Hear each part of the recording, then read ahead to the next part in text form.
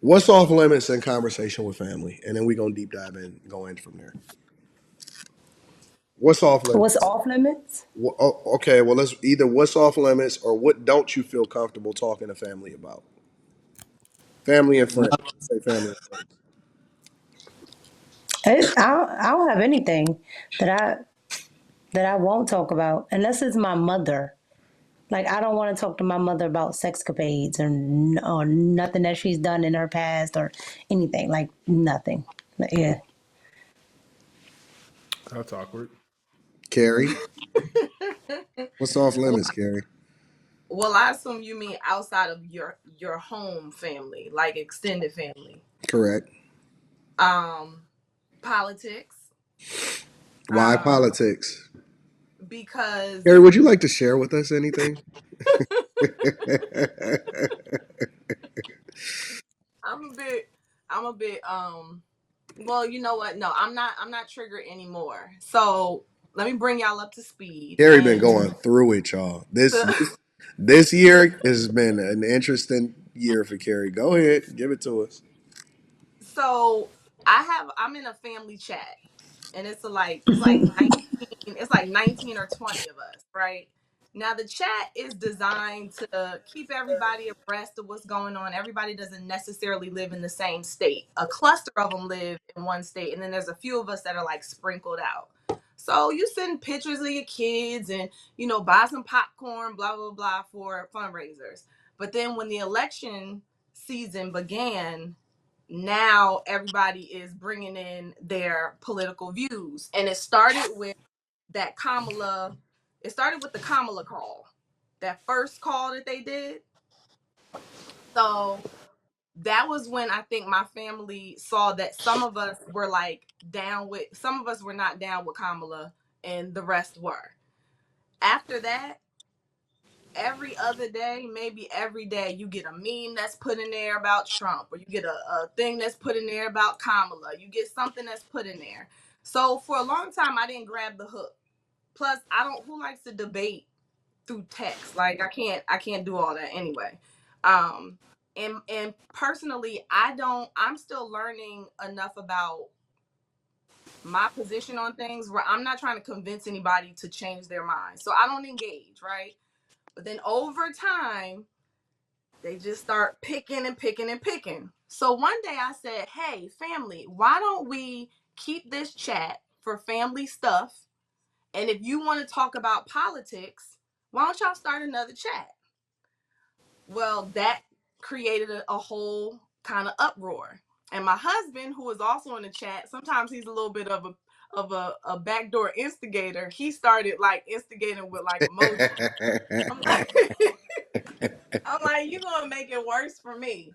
So, long story short, somebody, I won't say who, because then if they see this, they'll know who. Somebody came in and was like, you know what? If I wanna say something, I'll say something. Like if I have something to say, I'm gonna say what I want to say. Okay, all right. So I silenced the chat and I kept quiet. Keep going, keep going, keep going. Now, at this point, there's only two of us out of the 1920 who have expressed that we're voting for Trump. So everybody knows whose position is what, right? Yep, Now, I already know where this is today, going. So now y'all gonna be on the Mm-hmm. low, getting we're shots. Mm-hmm. getting shots all the time. So Yep. I told my husband, I was like, I'm not going to say anything. So a couple of weeks ago, I forget what the topic was. Something came up. I think I was on panel with y'all too. So I think I was kind of like, okay, I think I can, have a little bit of an input here.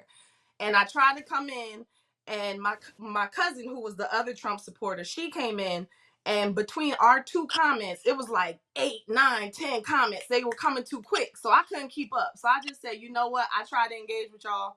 Bad choice. Can't do it. If we're in person, I can talk, but not through text. So I went quiet again. So today, apparently, Trump was on Fox Friends. Is that what it's Yeah. Fox and called? Friends, yeah. Yeah. Mm-hmm. Fox and Friends. And I don't know if it was today. It could have been yesterday, but they put the It clip was in today. today. You're right. It Go was ahead. today. Okay. So on the clip, he said something about the guy was like, I'm concerned about you doing the thing with the Department of Education. So what happens if a school starts to focus on something with like the building, America was built off of slaves and something else. And Trump said, which I hope we talk about, Trump said, then they don't get funding. And then they kept going with the conversation. So a family member of mine put that clip into the text message group, right? Again, I didn't engage. I just went and watched the whole interview.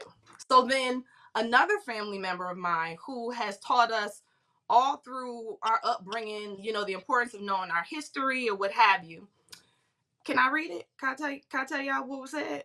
You can say whatever you want to say. That's up to you. That's depending on how comfortable you are. I'm very comfortable. So let me go ahead and read it because that's what I'm gonna do. So he said he plans to replace Department of Education with something else. Only the devil knows what that might be. But any school system that teaches history about Native Americans or slavery will be cut off from any government funding. If you are Black and vote for him, you bring shame and disgust to your family, your race, and dishonor your ancestors. So I sent it What did to you do? And what did you do, Keri? I took a snap, a shot of it. I sent it to my husband. I sent it to Anton. I because I wanted well, my husband, he's already in the group, but he doesn't really look at it. So I brought it to his attention. Sound But like me. I sent it to Anton because I was like, I just want you to see like an idea of what I get on a kind of on a regular basis. And it's only, like I said, it's only two of us in there that everyone knows supports Trump. So my question was like, what is my I'm about to say who it was. What is my family member attempting to indirectly say to me and to my cousin Yeah. that we are a disgrace to our family, to our Mm-hmm. race, to, you know what I'm saying? Now, granted, Mm-hmm. I feel like I'm a pretty emotionally intelligent person. Yeah. And I know enough about this person's upbringing, and I won't share all of what I did tell to Anton offline, but I know enough to know that this is not personal to me per se. Like this is a him thing, not a me thing. But this is a part of what makes it really, really difficult, in my opinion. One, for us to just come together and discuss things in general. But I just have found that a lot more people who are in support of, I don't know if it's Kamala, if it's Democrats, if it's Obama, if it's Biden. I can't really tell where the line is, but it just seems like it's more aggressive and more like antagonistic on that side, where if you don't do it this way, I'm throwing darts at you, I'm Yeah. throwing jabs at you, I'm insulting you, I'm putting Mm-hmm. you down. And so yeah, so It's that's one sided. I think it is one sided. If you are It's very one-sided. a person that vote for, if you more or less voting Republican or voting for Trump in this election, I believe that those people are way more tolerant than people that are voting for Kamala Harris. People that vote Democrat tend to be a lot more angry, in my opinion, and I'm talking Emotional. toward, yeah, angry towards other people that don't share their views. They're less tolerant. They're a lot more aggressive. They're a lot more angry. And that's not to say that there are not people that are far right that are like that too. But I find, especially in this culture, that there are people that are way more aggressive and throwing shots and all of that stuff when you don't vote Democrat versus the opposite way around. Yeah, I totally agree. And Carrie, I'm it's not my family, but I'm in a group chat with my TV show mates and producers and all that, and all of them are liberal. I am the only one that isn't. And so they like to put little stuff in there. And sometimes it's funny and I'll laugh at it. Right? I don't have a problem with it. But the moment I start putting Trump stuff in there, it turned radical. And I used to do a podcast with one of my friends who was liberal, But I stopped doing it because she became so emotional about it. Like she couldn't detach from it.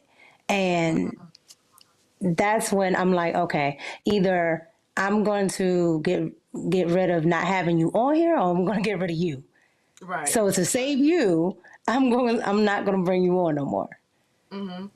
Yeah. Because it's too much, but they're all like that. Like they say Trump and the Trumpers are one way, but they all are emotional. You don't even be talking to them. They hear you say Trump, they interject.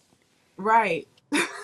Well, I've also found that, like, even after the Fox interview, right? And the Fox interview was clearly a Hail Mary pass for Kamala Harris, in my opinion, because there's no way that anybody on her team should ever let her go on Fox News unprepared, knowing that she's not ready for that type of smoke. Unless they feel like they're losing and they got to do something to try to shore up support or something like that. And I'm telling you, when I start looking at different people and their opinions about what happened, I don't know what they watching. I'll be like, did we watch the same thing? Because what I seen versus what you're describing sounds like completely different interviews. Some people said that she was poised and that she articulated herself well or something like that. I was like, Some woohoo. people said that he attacked her, and I'm just like, this is how Brett Baier is. He did it with Trump when they were talking about the classified documents. That's what he does.